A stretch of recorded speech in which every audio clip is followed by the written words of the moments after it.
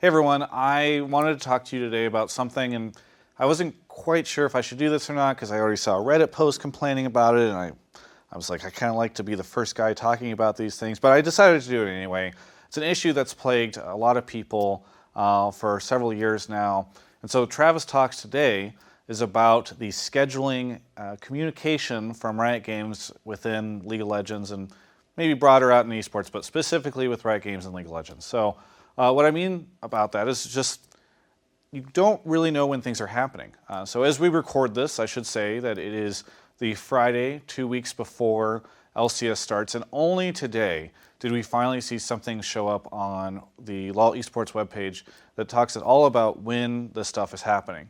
I think before you had kind of seen a date mentioned among like a ton of information in another post, but I want to compare that to traditional sports where you can actually get a calendar or a schedule 2 years out in advance that shows all the different games that are being played and actually who's playing in them.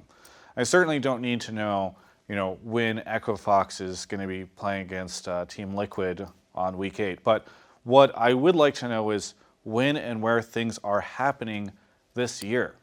Again, we just found out when the dates are for Spring Split and how long that goes. We don't know about MSI. Is MSI coming back?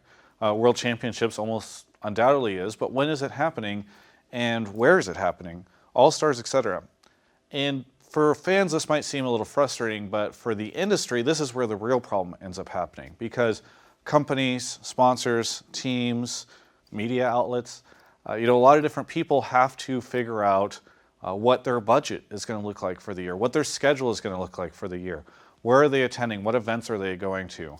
And when you don't know if an event is happening in California or Shanghai or Germany, it's really hard to plan for this stuff.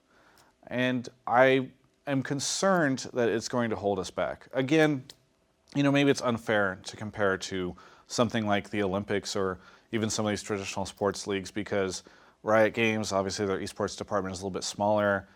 Game's been around for less time, but this stuff is really, really helpful. I mean, in the Olympics, you're actually seeing cities bid on these placements, like a decade or more in advance. It's just crazy. So I really hope that Riot Games starts to realize the value in putting this information out there in advance because more and more the industry is depending on them. As it grows around them, it's no longer just them and the fans that are getting affected by this stuff. It's all these other companies. So hopefully we start to see those schedules come out soon.